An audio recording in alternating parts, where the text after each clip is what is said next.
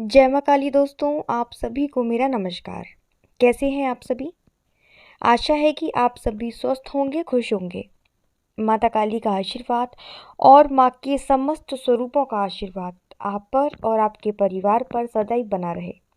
आप सभी स्वस्थ रहें, खुश रहें। माँ से यही कामना है आप सभी के लिए। माँ सभी के अन्न धन के भंडार भरे, सबकी झोलियाँ भरे, सबकी मनोकामनाएं माँ पूर्ण करे। एक बार फिर से एक नई जानकारी के साथ मैं आप सभी का स्वागत करती हूँ मेरे YouTube चैनल काली माँ की बेटी में। तो अगर आप पहली बार मेरे चैनल पर आए हैं तो चैनल को सब्सक्राइब जरूर करिएगा। बेल आइकन को प्रेस कर दीजिएगा ताकि मेरी आने वाली हर वीडियो, हर जानकारी आप तक सबसे पहले पहुँचे। साथ ही मेरे वीडियो को लाइक ज़रूर करिएगा। लाइक करने का कोई पैसा नहीं लगता है, तो आप लाइक ज़रूर किया करें। आपके लाइक से मुझे मोटिवेशन मिलता है और मैं नई नई प्रकार की जानकारियाँ आपके लिए लाती रहती हूँ।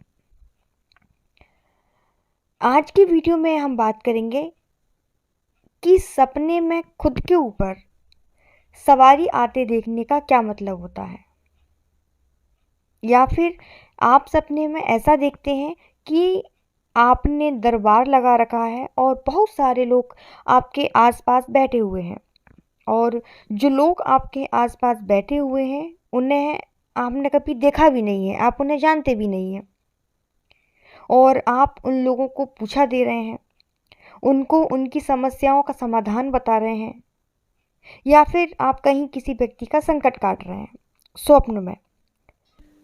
तो फिर इन सब का क्या मतलब होता है? खुद के ऊपर आप सपने में देख रहे हैं कि सवारी आ रही है, तो इसके पीछे क्या वजह है? तो ये सब जानकारी मैं आपको आज की वीडियो में दूंगी, इसलिए वीडियो को आप आखिरी तक देखिएगा ताकि कोई भी महत्वपूर्ण बात आपसे मिस ना हो पाए।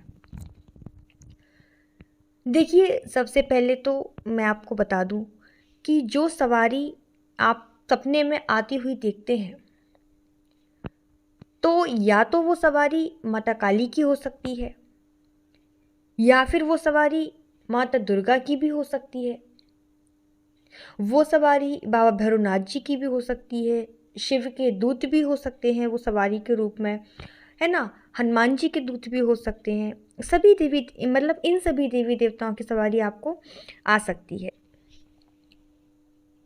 क्योंकि यही देवी देवता हैं जो संकट काटने का काम करते हैं और जो सवारी के रूप में किसी व्यक्ति को प्राप्त होते हैं, और ये कलयुग में जागृत भी हैं। अब आप सोचो कि सपने में आपको भगवान राम की सवारी आ जाए या भगवान कृष्ण की सवारी आपको आ रही है, तो ऐसा संभव नहीं है। ठीक है। दूसरी बात, सवारी का जो सपना आपको आएगा वो आपके इष्ट की भी सवारी हो सकती है जिनकी आप पूजा करते हैं, और वो उस शक्ति की भी सवारी हो सकती है जो पूर्व जन्मों से आपके साथ चल रही है। कई बार मैंने लोगों को ऐसा कहते सुना है, और आपने भी सुना होगा, कि उनकी इष्ट तो माँ दुर्गा है, उनकी इष्ट तो हनुमान जी हैं, लेकिन सवारी उनको माँ काली की आती है। देखिए, माँ दुर्गा, माँ काली, ये शक्ति तो एक ही है, पर उनका स्वरूप, उनका अवतार और उनका कार्य अलग अलग है। माँ दुर्गा का जो क्रोध स्वरूप है ना, वो माँ काली का है। इसलिए कई बार आपको आपके इष्ट की सवारी भी ना आकर अन्य देवी देवता की सवारी भी प्राप्त हो जाती है। उसका कारण यही है कि वो शक्ति पूर्व जन्म से आपके साथ चल रही है। आपने लोगों को कहते सुना होगा कि ये हमारे पिछले जन्म के पुण्य कर्म है, ये हमारे पिछले जन्म के कर्म है जो हमें इस जन्म में देखने मिल रहे हैं। इसी प्रकार पिछले जन्म की शक्तियां भी आपको प्राप्त होती हैं। तो आपको जो सपने में स्वयं के ऊपर सवारी आती दिखती है, तो ये एक बहुत ही शुभ सपना होता है, एक बहुत सकारात्मक सपना होता है। इसमें नकारात्मकता कहीं से कहीं तक नहीं है। अगर ऐसा सपना आपको आता है और बार बार आपको ये सपना आ रहा है, तो इसका मतलब ये है कि आने वाले समय में, निकट भविष्य में आपको आपकी इष्ट की कृपा से सवारी की प्राप्ति होगी। बहुत ही शुभ सपना होता है ये। और अगर यही सपना आपको बार बार आ रहा है तो आपको आपके पूजा का जो समय है वो बढ़ा देना चाहिए। जो आप मंत्र जाप करते हैं उस मंत्र जाप की संख्या आपको बढ़ा देनी चाहिए।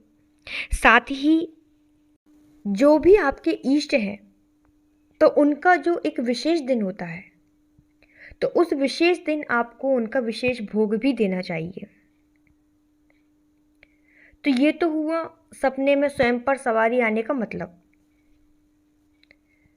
अब अगर आप सपने में ऐसा देखते हैं कि आप लोगों को सपने में सवारी के रूप में पूछा दे रहे हैं, उनको उनकी समस्याओं का समाधान बता रहे हैं,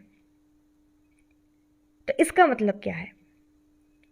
तो इसका अर्थ ये है कि आप जो पूजा पाठ कर रहे हैं, जो मंत्र जाप आप कर रहे हैं, तो उस पूजा पाठ और उस मंत्र की जो ऊर्जा है